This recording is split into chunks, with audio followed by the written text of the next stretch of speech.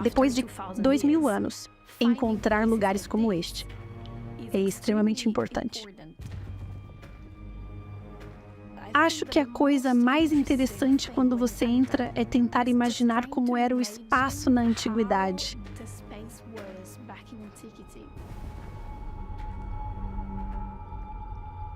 No auge de seu poder, o Império Romano era geograficamente enorme. O exército romano era uma máquina de combate impressionante e, no final, sempre conseguia manobrar, lutar e resistir quase qualquer resistência que estivesse em seu caminho. A glória de Roma era a inveja do mundo. Mas sua espada era impiedosa para qualquer um que desafiasse sua autoridade. Depois que o imperador Nero destruiu Roma pelo fogo no século VI, ele ordenou a aniquilação dos cristãos da cidade. E ele culpou pelos incêndios que devastaram a cidade. Nero precisava de bodes expiatórios. Começaram a se espalhar rumores de que o próprio Nero havia começado o incêndio.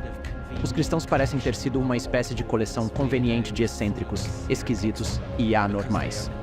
Nero os escolhe porque eles são malévolos, devotos supersticiosos de um tipo estranho de culto e, portanto, exatamente o tipo de pessoa que o povo romano consideraria com a maior suspeita. Muitas das pessoas que morreram antes pela religião cristã, que chamamos de mártires, foram enterradas nas catacumbas. Assim, as catacumbas se tornaram um lugar muito especial. Como historiadora da arte, estou muito interessada na decoração dos túmulos. Os dos cristãos, todos eles dizem, durmam em paz. Essa mensagem de descansar em paz antes da ressurreição.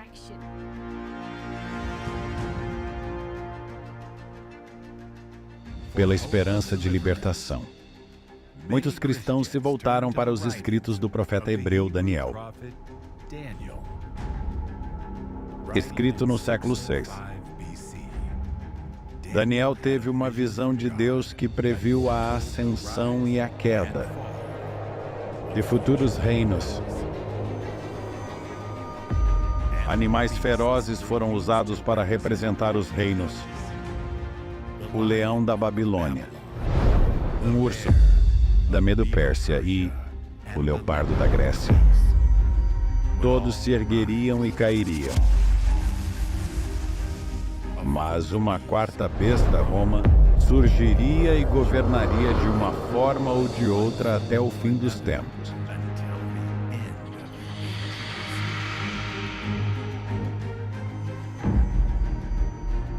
E no século IV, o destino de Roma seria mudado para sempre por um de seus 4 imperadores, Constantino.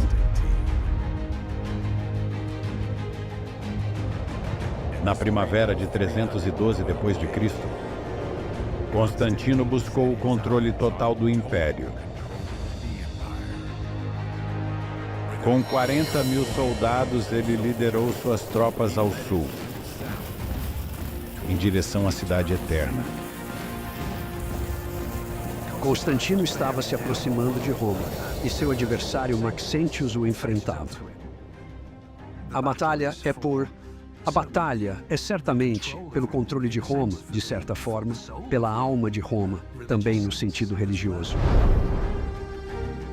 As fontes falam de Constantino tendo uma visão na qual ele recebe símbolos cristãos e coloca esses símbolos nas armas, nos escudos de suas forças.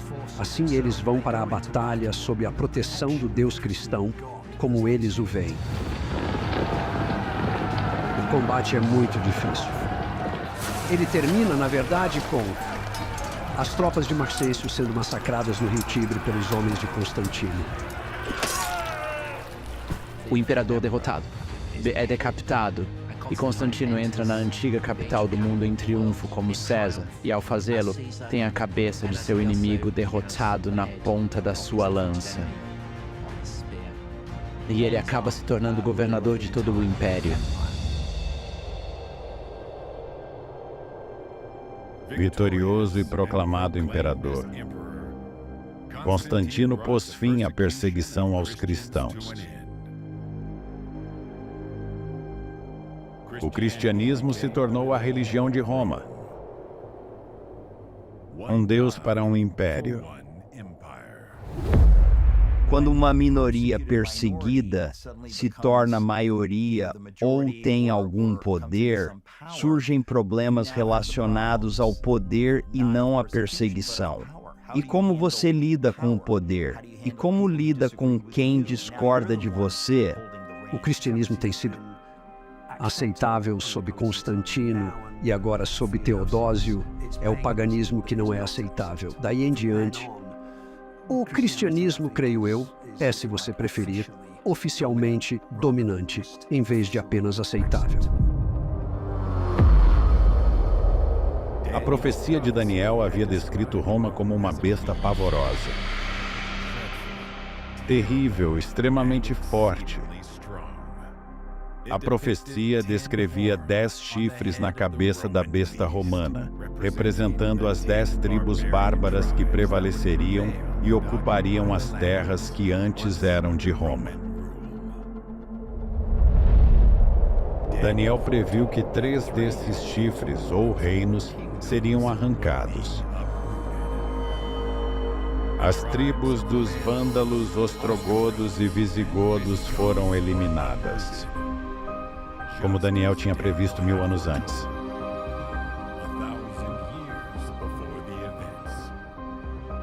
A derrota deles permitiu o surgimento do chifre pequeno, um pequeno reino que se ergueria de dentro de Roma. Este poder do chifre pequeno ocuparia o lugar de Deus e governaria por mais de 1000 anos. A profecia de Daniel delineou um poder político-religioso, surgindo das cinzas do Império Romano para fazer guerra contra Deus e seu povo, numa luta épica pelo domínio do mundo.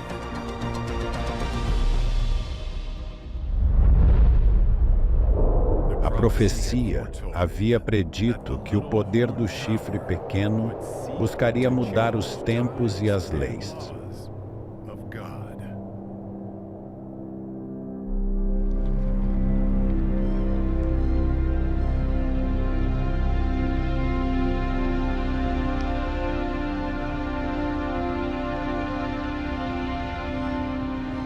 Longe dos sinos das igrejas de Roma, havia uma série de ilhas,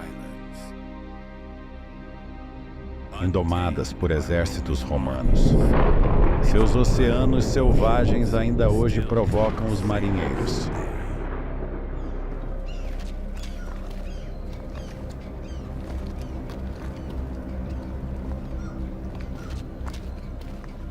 Sou pescador desde que saí da escola.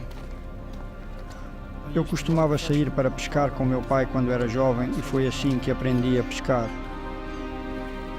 Tenho pescado todos esses anos e é o trabalho de que gosto e nunca faço outra coisa.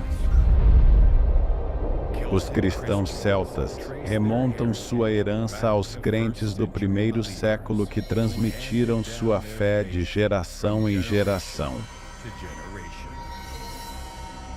Essa ilha bárbara, além dos confins do oceano, que não fazia parte do Império Romano e, portanto, não havia sido submetida ao processo de cristianização que afetou as províncias sob Constantino e seus herdeiros, acabou se tornando esse tipo de farol ardente da fé cristã. Por quase 1000 anos aproximadamente, eles foram um dos poucos defensores do verdadeiro cristianismo bíblico em um mundo inundado por influências políticas e tradicionais. O isolamento lhes foi favorável. Pescar não é sempre o melhor trabalho, mas tem seus bons e maus dias. Você deve respeitar o mar, pois ele pode mudar facilmente. Pode estar bom num minuto e muito ruim no outro. Essas ilhas varridas pelo vento se tornaram um campo de batalha pela verdade. O sábado, um tempo semanal reservado para a lembrança e o descanso. se tornaria o objeto do ódio mais intenso da potência do chifre pequeno. O Papa Gregório III havia advertido seus sacerdotes contra os celtas e contra a acusação de judaização, e com isso eles querem dizer guardar o sábado do sétimo dia. Você sabe, você vê o sábado desde o Gênesis, onde foi instituído o sábado. Você vê o Antigo Testamento, você vê Jesus guardando-o, os apóstolos guardando-o. Assim, é claro que um crente do Novo Testamento, sem qualquer outra influência de tradição ou algo assim, se simplesmente pegar a Bíblia e vir o que Jesus ensinou em sua palavra, o que Jesus praticou em sua vida e depois continuar, assim como os apóstolos fizeram, a guarda do sábado não seria um conceito estranho. É o que está escrito nas Escrituras. Eles só continuaram. Cristo adorava no sábado, que era o sétimo dia da semana. Da mesma forma o faziam seus seguidores. Era um dia para fazer o bem e descansar, adorar a Deus como Criador e lembrar-se de sua bondade.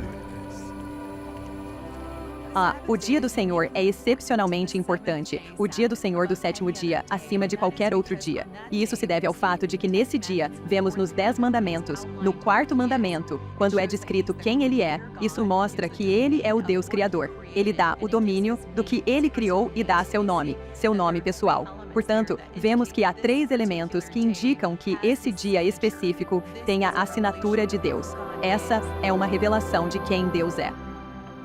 O chifre pequeno conspirou para trocar o sábado sagrado de Deus por um substituto pagão. Em um concílio da Igreja no 4º século foi decretado que todos os que não trabalhavam no sábado eram judaizantes e deveriam ser excomungados. Roma, em seu paganismo, havia adorado o próprio sol como objeto de veneração. Constantino praticou isso em sua própria vida. Ele era um adorador do sol, mas ele também queria misturar isso ao cristianismo e, de alguma forma, encontrou o venerável dia do sol como um espaço reservado que poderia reunir todas essas outras práticas pagãs com as cristãs. Temos a ressurreição de Jesus Cristo nesse dia. Temos as práticas pagãs. Vamos fundir tudo isso e basicamente criar uma amálgama de práticas de adoração e colocá-la nesse dia. A Igreja de Roma havia criado um novo dia de adoração para rivalizar com o sábado de Deus, reivindicando um direito reservado somente a Deus de estabelecer tempos e leis.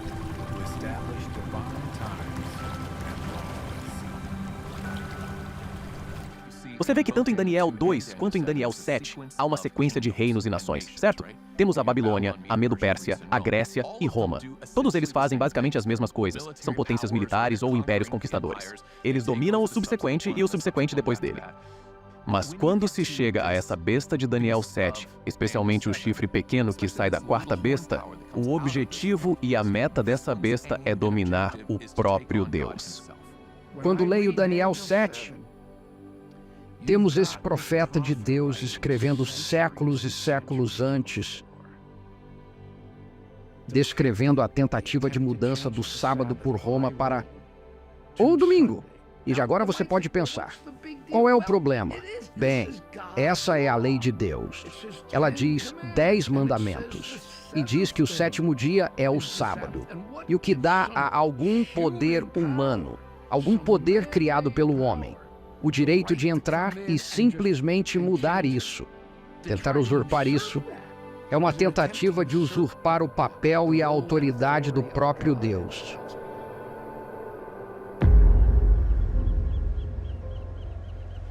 Por centenas de anos, a Igreja celta resistiu às trevas romanas com a luz da palavra de Deus. Eles persistiram, como uma lâmpada que brilha em uma colina. E seus missionários influenciaram milhares de pessoas em toda a Europa, incentivando-os a permanecerem fiéis, em meio ao dilúvio de perseguição que se aproximava.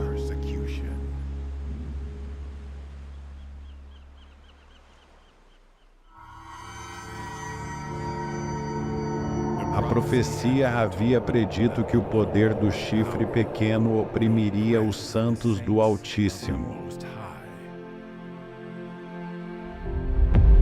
Outras profecias diziam que ele não cederia, até que estivesse embriagado com o sangue dos mártires. Em resposta, o povo de Deus fugiu para o deserto, para um lugar preparado por Deus.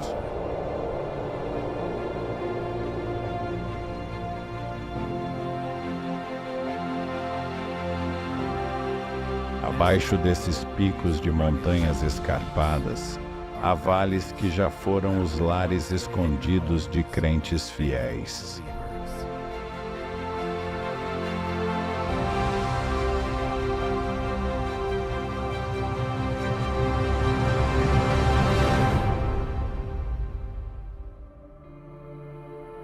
Moro na região de Torre Pélice desde que nasci. Fico impressionado com a beleza da montanha. As florestas do vale são muito densas, povoadas por árvores, e às vezes é muito difícil encontrar o caminho para chegar ao cume.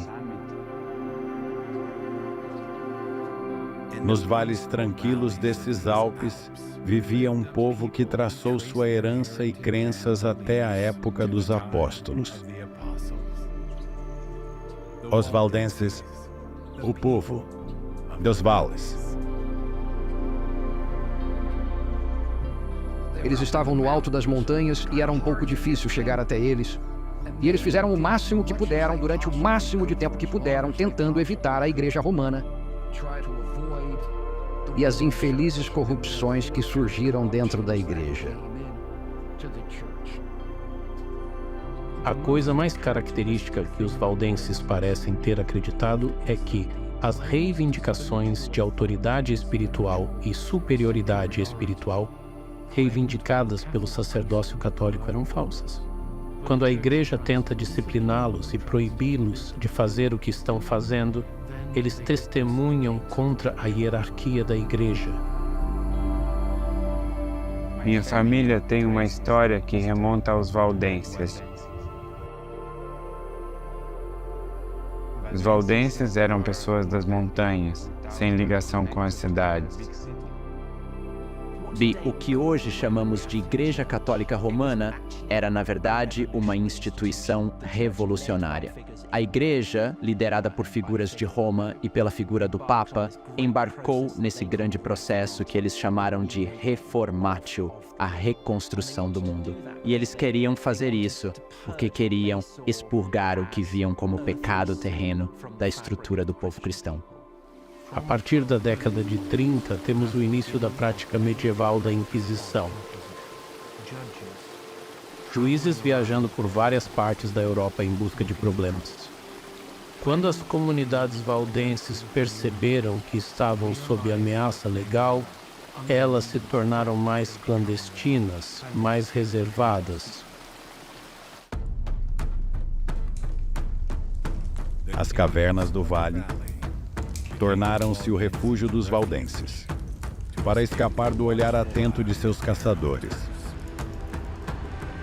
A Igreja Romana se sentia obrigada a perseguir porque acreditava que, enquanto houvesse dissidentes obstinados por perto, eles estariam persuadindo os outros, portanto, levando as almas a passar a eternidade no inferno. Os valdenses eram uma irritação especial para o poder da igreja naquela época. Temos aqui um povo simples e humilde, que é uma constante reprovação ao próprio sistema que a igreja pretendia construir. Eles não pretendiam ser presunçosos ou arrogantes, mas isso demonstrava um grande contraste entre o que a igreja se tornou e o que ela deveria ser. A igreja romana, que tinha o poder de eliminar a heresia quando havia, não tinha problema em aplicar esse tipo de justiça terrena, supostamente com um mandato celestial. Quando você tem uma igreja com esse poder e que pensa que pode acabar com a heresia, é simples. Ela faz isso com a autoridade de Deus. É a coisa mais feia da história, porque as pessoas não têm punição, elas não hesitam. Nesse ponto, os valdenses são um grande incômodo para Roma. O Papa Inocêncio VIII emite um decreto para o extermínio deles. Pede que eles sejam esmagados como cobras venenosas. Eles se tornam inimigos do Estado. Suas propriedades estão em disputa.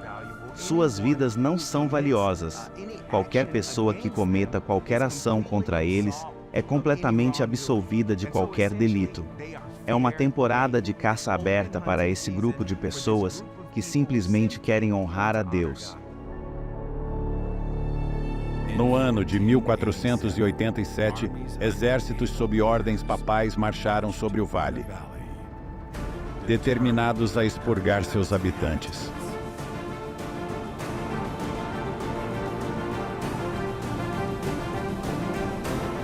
Mas as montanhas provaram ser sua fortaleza, e eles escaparam em meio a uma densa neblina.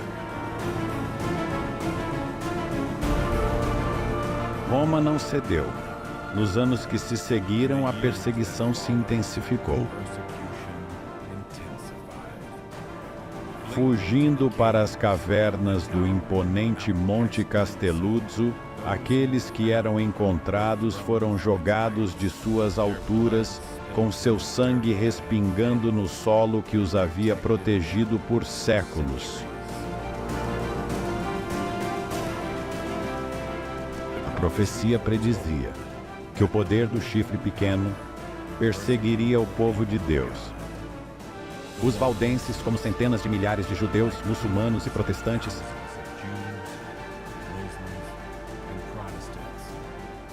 foram torturados e mortos pela Igreja Romana por pensarem diferente. Por quase 1000 anos, a Europa foi envolvida em uma escuridão cada vez maior. Mas o amanhecer de uma nova era se anunciava.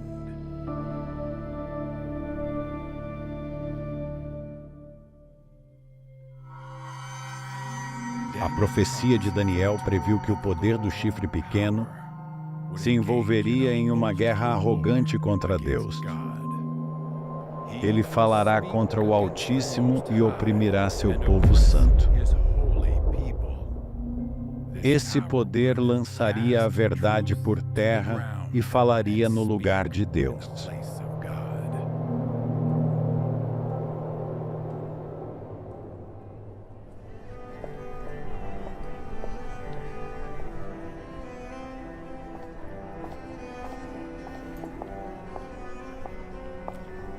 Eisenach tem uma longa história de músicos incríveis. Remonta ao século XVII, pois é o local de nascimento de Johann Sebastian Bach. Músicos como eu são inspirados por seu talento. O violoncelo com o qual me apresento data de centenas de anos atrás, da época de Johann Sebastian Bach.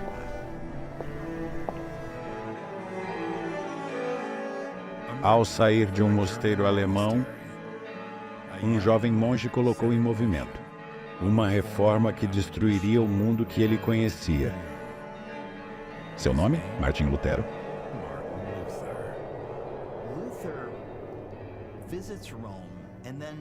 Lutero visita Roma e faz todas as coisas que um peregrino fiel a Roma faria. Uma delas é subir a chamada Sancta Scala de joelhos.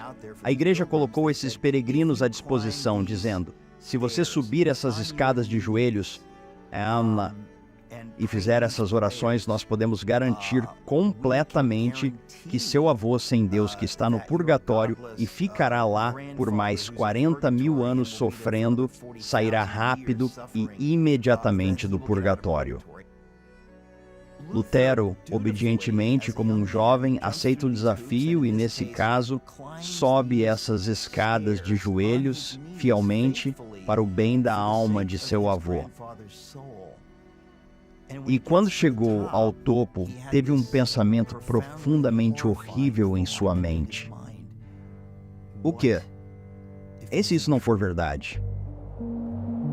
A cidade de onde Lutero partiu se tornaria o ponto focal de uma visão de esplendor em uma escala nunca antes vista.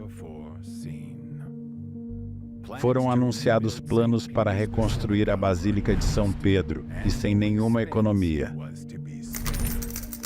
A igreja vendeu indulgências ou certificados para liberar uma alma do inferno para pagar a construção.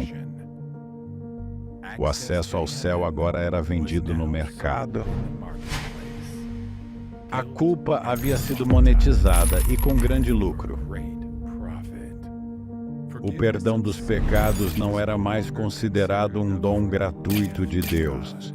Peregrinações, automutilação e horas de prostração dolorosa substituíram o sangue redentor de Cristo. As almas que buscavam paz com Deus se confessavam com um sacerdote humano, incapaz de purificar o pecador da culpa e da vergonha. Maria, a mãe de Jesus, era adorada como a rainha do céu e mediadora entre Deus e os seres humanos. Muitos outros santos logo se uniram a ela. Suas relíquias eram comercializadas como símbolos do destino e da sorte. Os concílios papais proclamaram o Papa como Santo Padre e Deus na Terra, infalível quando falava em um concílio. Questionar o Papa era questionar o próprio Deus. O medo do inferno eterno e do purgatório eram ensinados no púlpito para garantir a obediência. Qualquer um que desafiasse a autoridade do Papa era recebido com fogo e espada. Com seus olhos abertos para a graça de Deus, Lutero virou o rosto para longe de Roma, para nunca mais olhar para trás. Ele simplesmente iria para onde sentisse que a verdade o levaria. Ele se depara com várias escrituras que deixam claro que é somente pela fé que posso ser salvo. Também nos séculos de controle do papado sobre a Europa, foram criadas formas de entender as escrituras que impediram o cristão individual de obter o que as escrituras podem oferecer. Lutero passa a ver a Igreja Romana como um templo pagão cheio de imagens pervertidas que devem ser derrubadas e, portanto, a pessoa que a preside, o bispo de Roma, o Papa. Você sabe, esse é o anticristo. Essa é a prostituta da Babilônia. Trata-se de uma figura que é, de certa forma, pior do que um pagão, porque ele está se vestindo com as vestes de um bom cristão, o que, portanto, é ainda mais perigoso e pernicioso. Começando com a venda agressiva de indulgências para engordar os bolsos da igreja e a persistente reticência de Roma em retificar os abusos de poder, Lutero confessou sua suspeita de que o potentado romano terrestre era o próprio anticristo mencionado por Paulo. Anti não significa apenas contra algo, mas, no sentido bíblico, significa estar no lugar de algo. Portanto, não se trata apenas de um poder que quer se livrar de Deus, argumentar contra Deus ou desafiar Deus. Ele quer substituir Deus. Por identificar o Papa como o anticristo e publicar obras contra a Igreja, Lutero foi convocado para ser julgado pelo imperador do Sacro Império Romano Germânico na cidade alemã de Worms.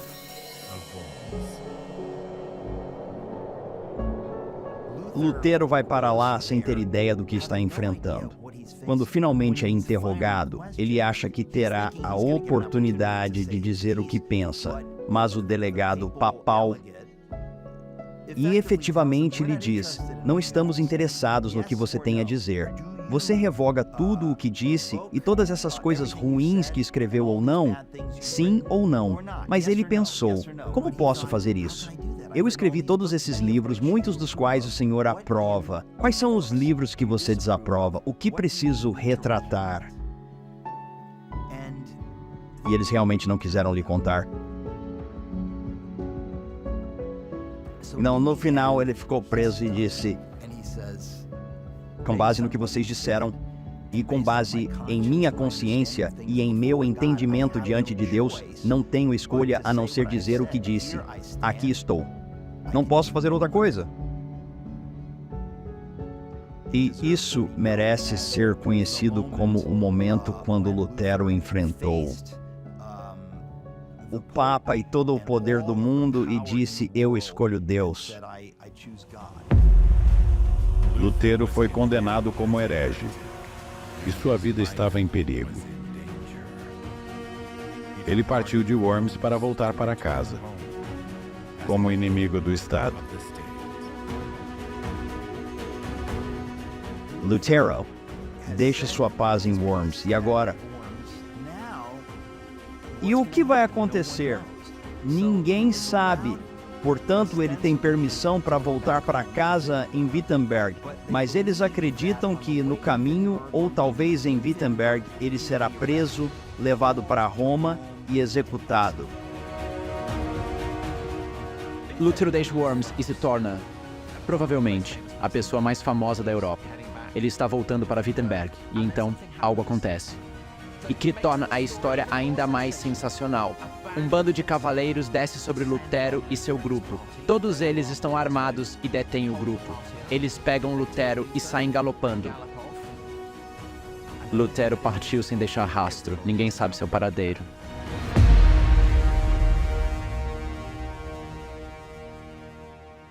Em uma trama secreta, Lutero foi sequestrado por seus próprios partidários.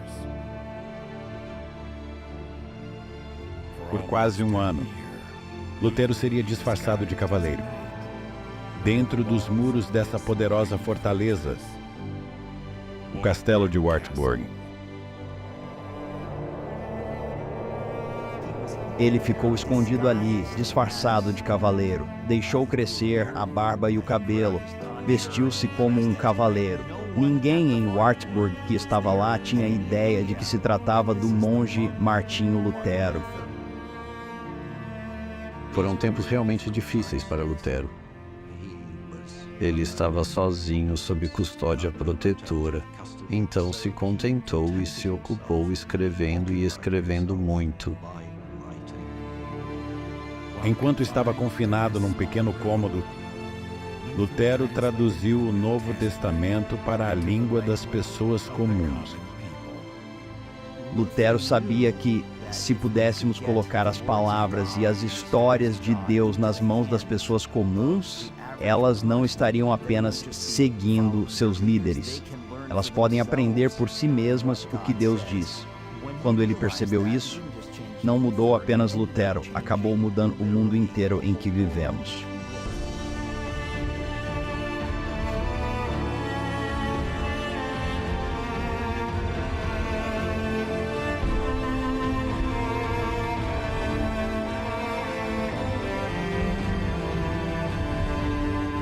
A chama de esperança de Lutero ardeu por todo o império. Uma poderosa fortaleza é o nosso Deus. Seu famoso hino da Reforma iria mexer com os corações por muito tempo.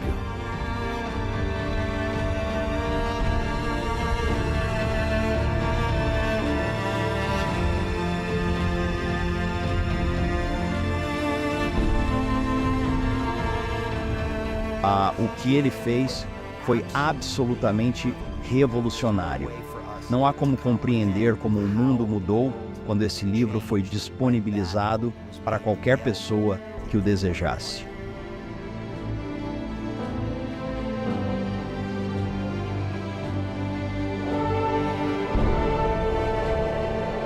Lutero não estava isento de suas falhas pessoais, mas sua reforma desafiou 1000 anos de tradição humana e introduziu a graça de Deus para as pessoas comuns. A palavra de Deus havia rompido a longa e escura noite da Europa.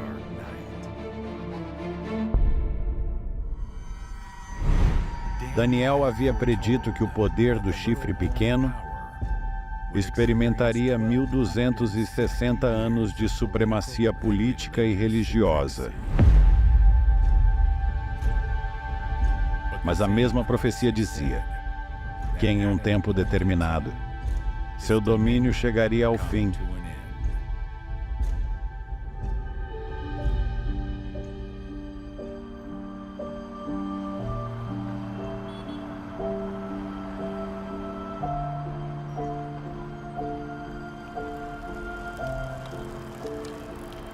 A arquitetura magnífica e a rica história de Paris fazem dela um dos meus lugares favoritos para pintar.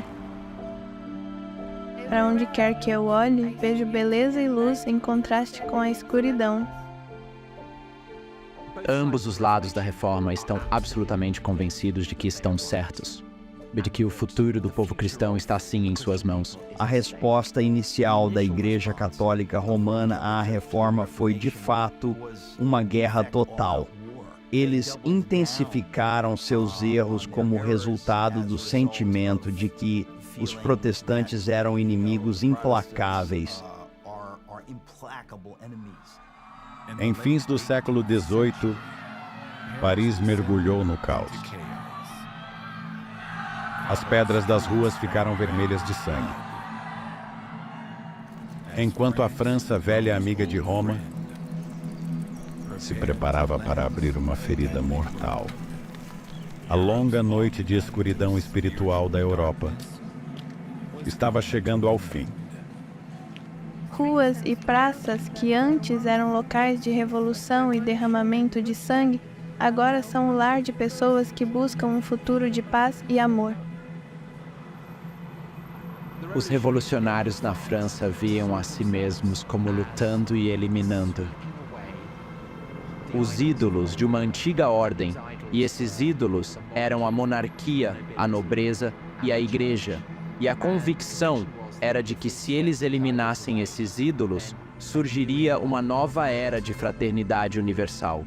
Há uma ambição de refazer o mundo para purificá-lo da idolatria, opressão e também para levar as pessoas para a luz de uma nova era.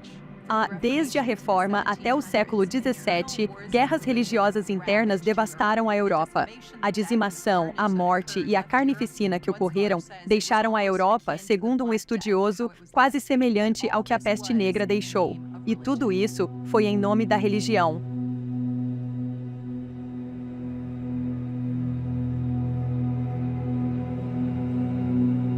Na mente do filósofo francês Voltaire, os reformadores não fizeram o suficiente para derrubar a autoridade do Papa.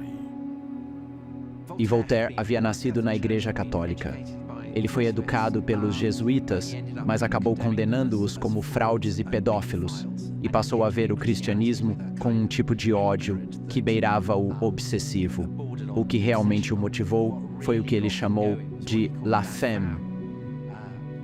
Esse tipo de monstruosidade a qual ele se referia basicamente à Igreja Católica, essa ideia de que a Igreja Católica tinha acumulado para si o direito de torturar até a morte pessoas inocentes, e era isso que ele queria.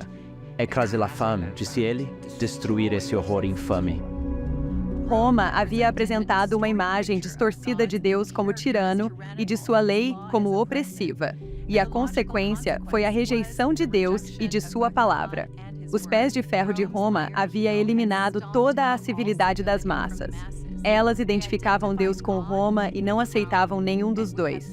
Como resultado, as massas infiéis e degradadas se revoltaram. Com uma brutalidade e agressividade que foram sentidas em todo o mundo. Voltaire não conseguiu atingir seu objetivo. Mas outro francês, no final dos 1260 anos de domínio, cumpriu um detalhe importante da profecia de Daniel. No verão de 1798, as tropas francesas, sob a liderança do general Berthier, marcharam para o sul de Roma e ocuparam a cidade.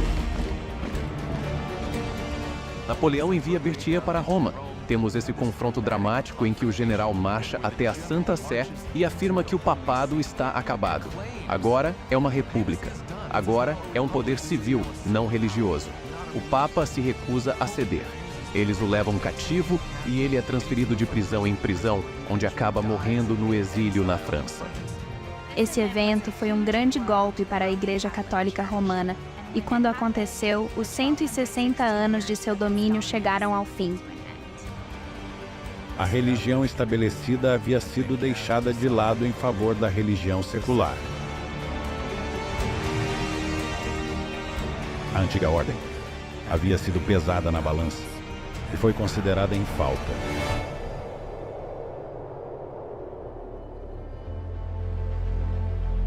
Daniel havia predito que um poder se ergueria das cinzas de Roma. Desafiaria a autoridade e as leis de Deus. Distorceria seu caráter e ensinamentos. E esmagaria todos os que desafiassem seus decretos. Mas o povo de Deus perseveraria até o fim. Os reformadores defenderiam a verdade, ainda que os céus caíssem. Os revolucionários infligiram uma ferida mortal e puseram um fim à opressão romana.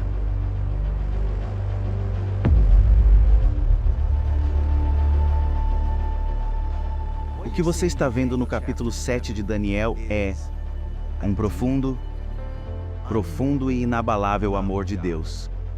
Ele está delineando um sistema que está trabalhando paralelamente com o inimigo de nossas almas.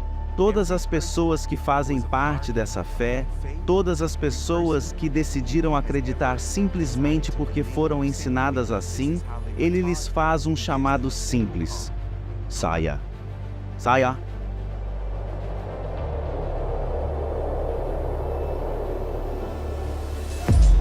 Reis e imperadores, papas e camponeses, todos lutaram pelo domínio. Domínio sobre impérios e até mesmo sobre as almas da humanidade. Mas a luz brilhou nas trevas, e as trevas não a venceram. O caráter de Deus foi revelado por meio de suas palavras e da vida de seu povo. Hoje, o mesmo Deus da graça que chamou seu povo das trevas para a luz, convida todos a conhecê-lo e entrar em seu reino, um reino cujo domínio nunca passará.